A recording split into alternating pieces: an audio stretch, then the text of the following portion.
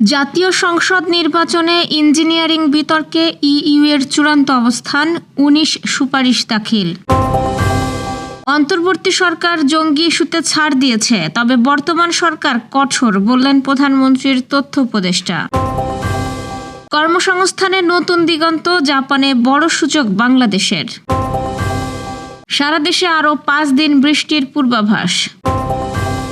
বিশ্বকাপে হলুদ কার্ডের নিয়মে বড় পরিবর্তন আনতে যাচ্ছে ফিফা। মমতাকে হুমকির অভিযোগ বিজেপির বিরুদ্ধে, কমিশনের ভূমিকায় প্রশ্ন তৃণমূলের। দর্শক, শুনছিলেন সন্ধ্যার খবরের প্রধান শিরোনাম, এবার বিস্তারিত। তার আগে আমাদের ইউটিউব চ্যানেল সাবস্ক্রাইব করুন এবং সব খবর পেতে ফেসবুক পেজ ফলো করে রাখার পাশাপাশি ওয়েবসাইট ভিজিট করুন।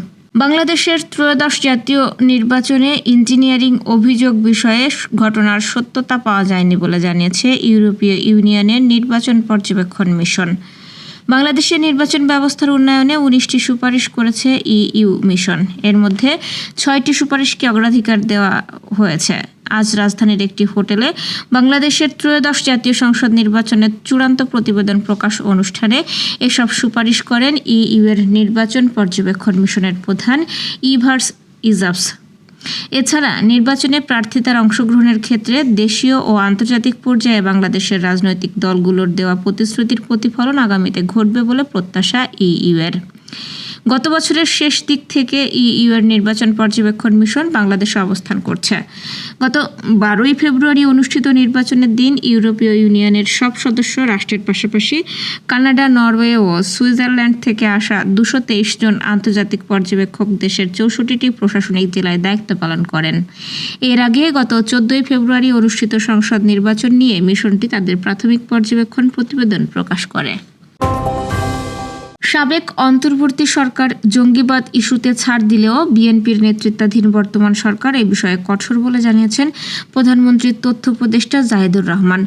আজ সচিবালয়ে এক প্রেস ব্রিফিংয়ে তিনি একথা জানান। প্রধানমন্ত্রীর তথ্য উপদেষ্টা বলেন, দেশে জঙ্গিবাদের অস্তিত্ব থাকলেও একে রাজনৈতিক স্বার্থে ব্যবহার করার অপসংস্কৃতি বন্ধ করতে চায় সরকার।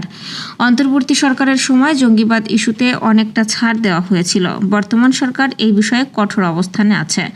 জঙ্গিবাদকে শূন্যের কোঠায় নামিয়ে আনতে চাই। দেশে জঙ্গি আছে, তবে জঙ্গিরা সক্রিয় হওয়ার চেষ্টা করলে সরকার প্রতিহত করবে বলে জানান জাহিদুর রহমান। তিনি বলেন, জঙ্গিবাদের অভিযোগে জামিন পাওয়া ব্যক্তিরা সরকারের নজরদারির আওতায় আছে। প্রধানমন্ত্রীর উপদেষ্টা আরও বলেন, অন্তর্বর্তী সরকারের সময়ে দেশের একটা অংশ ইসলামী বিপ্লব করতে চেয়েছিল। এছাড়া রাস্তায় দায়েশের পতাকা নিয়ে মিছিল, শতবর্ষী মেলা হতে না দেওয়ার মতো নানা বিষয়ে তৎকালীন সরকার ছাড় দিয়েছিল।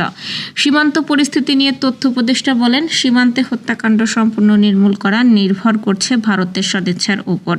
দ্বিপাক্ষিক সম্পর্কের উন্নতির প্রমাণ হিসেবে ভারত সীমান্ত হত্যা শূন্যে নামিয়ে আনবে বলে আশা তার। জাপানে চলমান দক্ষ জনশক্তির ঘাটতি মোকাবেলায় বিপুল সংখ্যক কর্মী পাঠাতে জোর প্রস্তুতি নিচ্ছে বাংলাদেশ সরকার। জাপান সরকার ২০২৯ সালের মার্চের মধ্যে নির্দিষ্ট দক্ষতা সম্পন্ন কর্মী ক্যাটাগরির ১৬টি খাতে প্রায় ৮,২০,০০০ বিদেশি কর্মী নিয়োগের লক্ষ্য নির্ধারণ করেছে। সংশ্লিষ্টদের মতে, বাংলাদেশ সঠিকভাবে প্রস্তুতি নিতে পারলে এই চাহিদার অন্তত ৪০% অর্থাৎ ৩ লাখের বেশি জনশক্তি পাঠানো সম্ভব। এই লক্ষ্য অর্জনে সরকার ভাষা ও দক্ষতা উন্নয়নে নানা পদক্ষেপ নিয়েছে। Bureau of man power employment and ট্রেনিংয়ের অধীনে দেশের ৫৩টি কারিগরি প্রশিক্ষণ কেন্দ্রে জাপানি ভাষা শিক্ষা চালু হয়েছে এবং আরও কেন্দ্রগুলোতে অনলাইন সহ প্রশিক্ষণ সম্প্রসারণ করা হয়েছে। পাশাপাশি বেসরকারি খাতেও ২ শতাধিক ভাষা শিক্ষা কেন্দ্র কার্যক্রম চালাচ্ছে। কর্মীদের জাপান সংস্কৃতি, আইনকানুন ও আধুনিক প্রযুক্তি সম্পর্কে প্রশিক্ষণ দেওয়ার উপর গুরুত্ব দেওয়া হচ্ছে।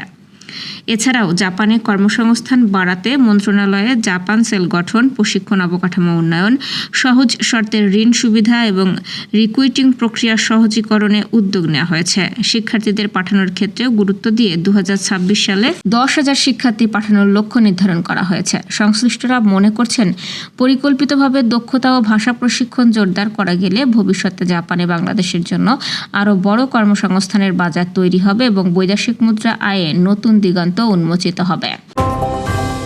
টানা 2 দিন ধরে রাজধানী ঢাকা সহ দেশের বিভিন্ন অঞ্চলে বৃষ্টি ও বজ্রসহ বৃষ্টিপাত হয়েছে। দীর্ঘ কয়েকদিনের খরতাপের মধ্যে এই বৃষ্টি স্বস্তির আবহ তৈরি করলেও দেশের বিভিন্ন স্থানে বজ্রপাতে এখন পর্যন্ত প্রায় 20 জনের মতো মানুষের মৃত্যু হয়েছে। এই অবস্থায় আবহাওয়া অধিদপ্তরের পূর্বাভাসে বলছে দেশ জুড়ে আজ সহ আগামী 5 দিন বৃষ্টিপাত বজায় থাকতে পারে।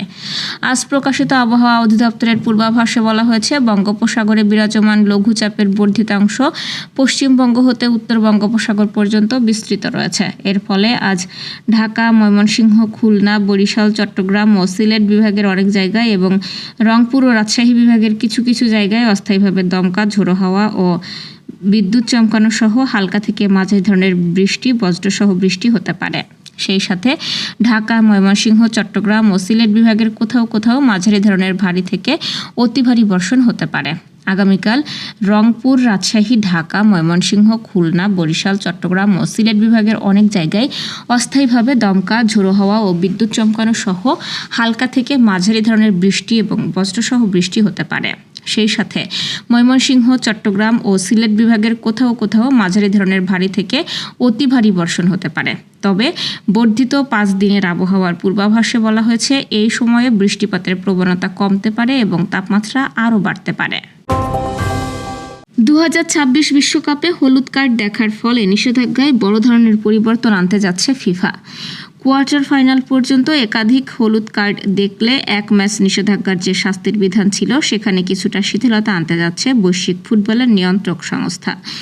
ব্রিটিশ সংবাদ মাধ্যম বিবিসি এক প্রতিবেদনে বিষয়টি জানিয়েছে।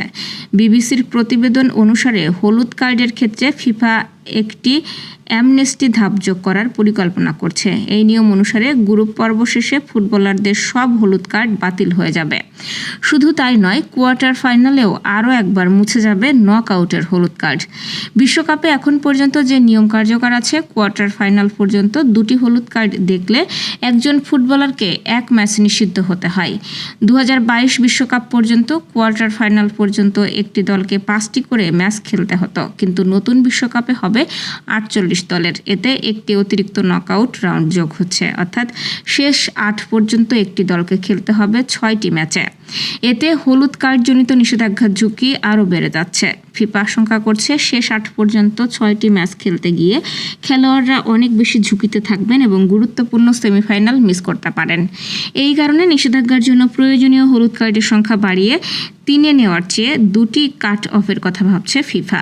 এই নিয়মটি কার্যকর হলে গ্রুপ পর্বের 3 ম্যাচের মধ্যে 2টি হলুদ কার্ড দেখলে কিংবা শেষ 32, শেষ 16 ও কোয়ার্টার ফাইনাল এই 3 ম্যাচে 2টি হলুদ কার্ড দেখলে তবেই একজন খেলোয়াড় পরবর্তী 1 ম্যাচ নিষিদ্ধ থাকবেন।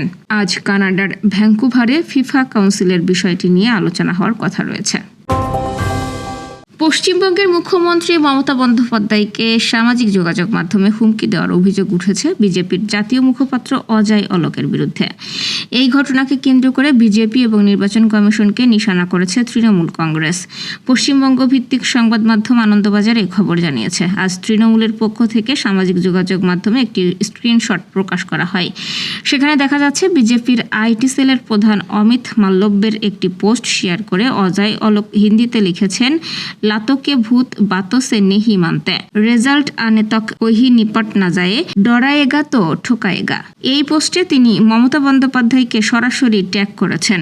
তৃণমূলের দাবি, এই বার্তার মাধ্যমে 3 বারের একজন মুখ্যমন্ত্রীকে প্রকাশ্যে হুমকি দেওয়া হয়েছে। দলটির অভিযোগ, প্রধানমন্ত্রী নরেন্দ্র মোদী এবং কেন্দ্রীয় স্বরাষ্ট্রমন্ত্রী অমিত শাহের কর্মকাণ্ডে এমন সংস্কৃতিকে প্রশ্রয় দেওয়া হচ্ছে।